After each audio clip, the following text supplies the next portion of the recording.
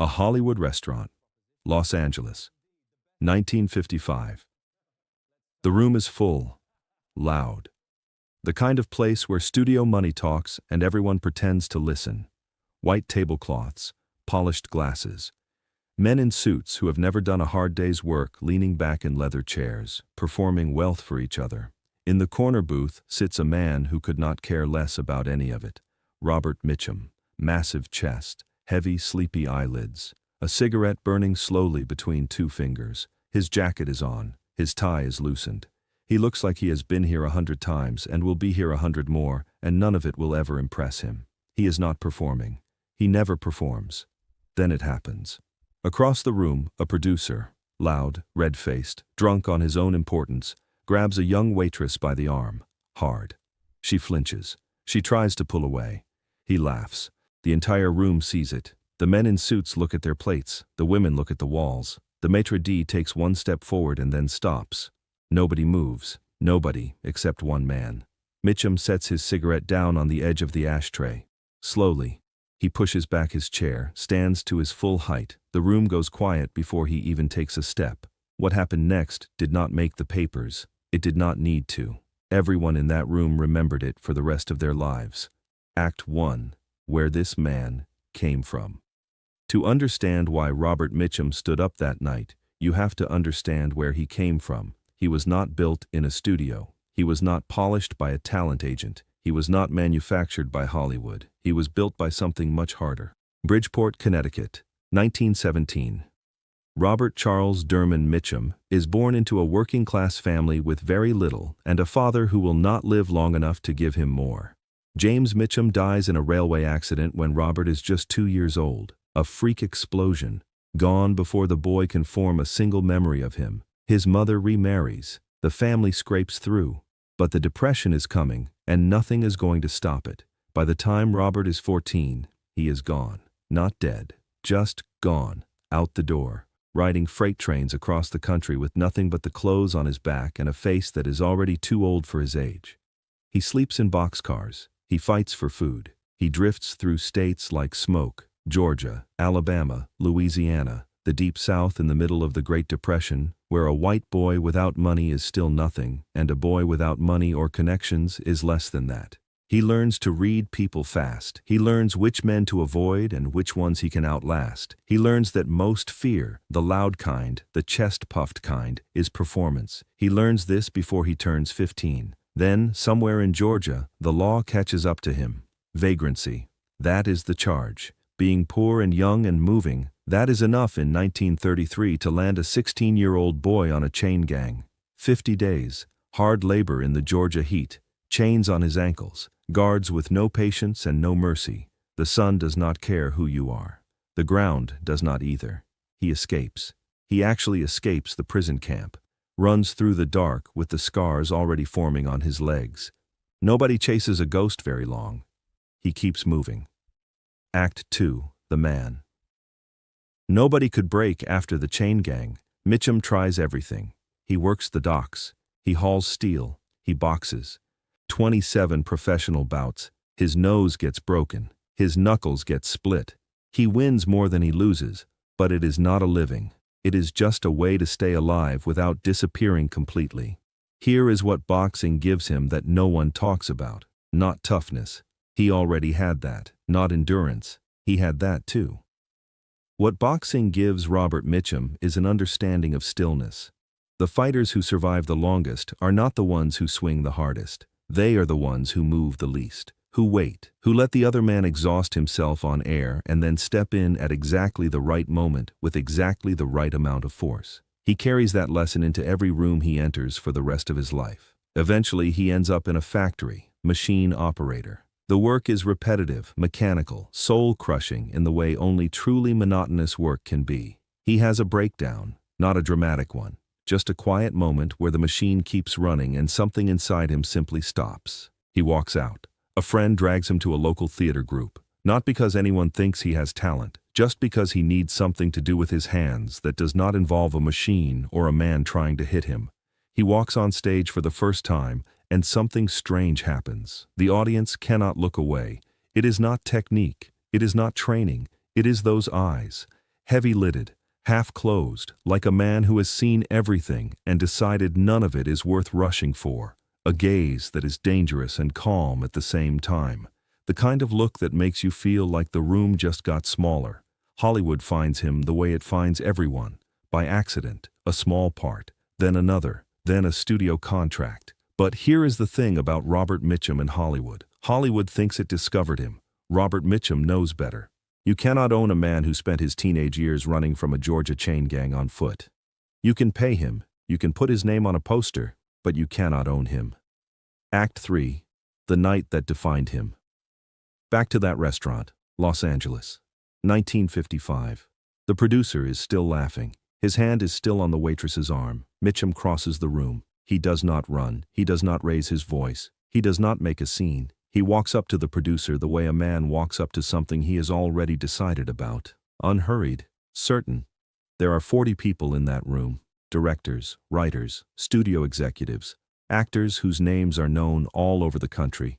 Every single one of them has seen what the producer just did. Not one of them has moved. Because in 1955, a Hollywood producer is not just a man. He is a job. He is a career. He is a phone call that can end yours. You do not challenge that kind of power in public. You look away. You order another drink. You decide it is not your problem. Mitchum places one hand on the producer's shoulder. He says, quietly, so only the producer can hear, that the hand comes off the arm right now, and that the next move is entirely up to him. The producer looks up. He sees those eyes, that face. A man who spent years on chain gangs and in boxing rings and on freight trains in the dark. A man who has never, not once in his entire life, been afraid of consequences. The hand comes off the arm. The producer picks up his drink, looks at the table, does not speak.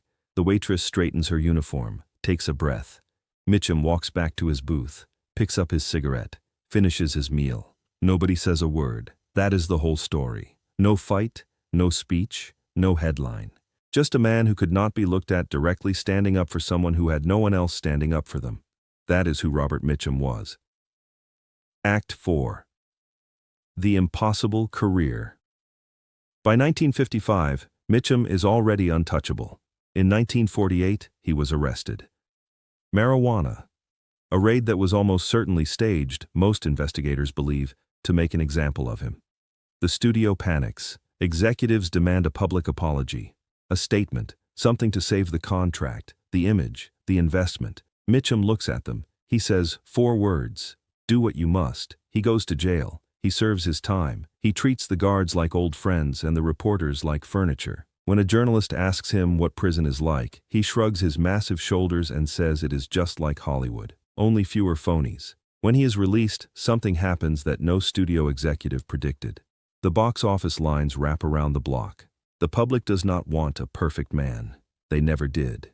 They want a real one. A man who looks like he has lived something, lost something, survived something. A man who cannot be broken by people with money and fear. Mitchum gives them that every single time. The films keep coming. Over 110 of them. He never rehearses. He memorizes lines in the car on the way to set. He walks in front of the camera, delivers the performance, and walks away. One take. Done. Directors who have worked with divas for decades cannot believe it. They bring him notes, suggestions, motivation exercises. He listens politely, he nods. Then he walks to his mark and does it in one take exactly the way he planned it in the car. No one can explain it. He does not explain it either. The most effortless man on any set is also the most prepared. He just refuses to let it show, because effort in Robert Mitchum's world is something you do in private. What you show the world is the result. Act 5. The Darkness. He carried 1955 brings the film that locks his legacy in place forever. The Night of the Hunter. He plays a preacher, a killer, a man with love tattooed on the knuckles of one hand and hate on the other.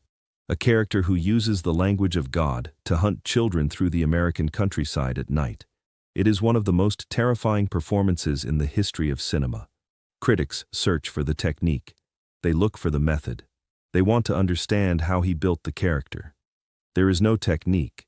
He did not build the character. He reached back into every dark road he had walked, every brutal night on the chain gang, every moment he had spent watching the worst of what people do to each other, and he let it come forward. The darkness in Reverend Harry Powell is real because the darkness Robert Mitchum carried was real. He just had the control to put it only where it needed to be. That is the difference between an actor and a force of nature. One constructs, the other reveals. Act 6. The Long Shadow. The decades pass. The films keep coming. Cape Fear, 1962. He plays a man so genuinely threatening that the crew reportedly avoided making eye contact with him between takes. Gregory Peck, who starred opposite him and was no small presence himself, later said Mitchum was the only actor who ever made him feel genuinely uneasy on set. That is not a technique. That is a life lived in places that leave marks. The Friends of Eddie Coyle, 1973. A slow, gray, masterful performance that most critics now consider the finest acting of his career. No glamour, no performance, just truth. He plays a small-time gun runner who knows his world is closing in on him and has run out of moves. Every frame looks like a man who has been tired for 20 years and finally stopped pretending otherwise. He understood that character completely. He had been that tired. He had lived that corner. By the 1980s, younger actors are studying him the way painters study old masters. Clint Eastwood watches how Mitchum uses stillness, how he lets silence do the work, how he never pushes. Eastwood builds an entire screen persona on that same principle. The man who speaks least commands most. Robert De Niro watches the way a man can carry violence without displaying it, how threat lives in the posture, not the voice. He says it directly. Mitchum is the one who showed him that less is not just more, it is everything. They both say it out loud in interviews. Mitchum is the blueprint. He takes none of it seriously. That is the point. That has always been the point. A man who genuinely does not need your approval does not become more impressive when you give it. He stays the same. Cigarette, sleepy eyes, unbothered shrug. The world spins around him. He does not spin with it. Closing, Robert Mitchum dies on July 1, 1997, lung cancer. He is 79 years old. Hollywood issues statements, tributes run in papers. Stars who never met him talk about his impact. He would have found that mildly amusing. What he leaves behind is not a brand, not an image, not a carefully managed legacy. He leaves behind 110 films, a chain gang scar, a boxing record, a single frame from the Night of the Hunter that is still, 7 decades later, one of the most haunting images ever committed to film. And somewhere in a Los Angeles restaurant, the memory of a man pushing back a chair, standing up, walking slowly across a room full of people who had chosen to look away, doing the thing, quietly, without a speech, without a headline, and walking back to his booth to finish his cigarette. He leaves behind the proof that you cannot manufacture what he had. You cannot train it into someone. You cannot buy it. You cannot manufacture it in a studio meeting. You can only live it into existence, the way he did, on freight trains and chain gangs and one-take performances in front of cameras that could not look away. The world belongs to those who do not ask for permission. Authenticity is everything. If this story moved you, share it with someone who needs it. Subscribe, hit the bell. Leave a comment below with the name of someone in your life who carries that same energy, the kind that cannot be bought, managed, or broken. See you in the next one.